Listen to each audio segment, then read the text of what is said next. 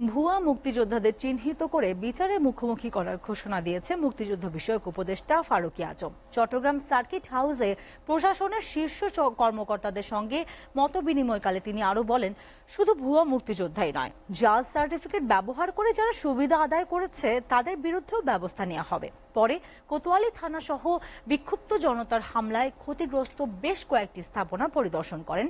থানাগুলো দ্রুত সচল করতে সবার সহযোগিতাও চান তিনি। এ সময় চট্টগ্রামের জেলা প্রশাসক আবুল বাশার মোহাম্মদ ফখরুজ্জামান, সিএমপি কমিশনার সাইফুল ইসলাম সহ প্রশাসনের শীর্ষ কর্মকর্তারা উপস্থিত ছিলেন।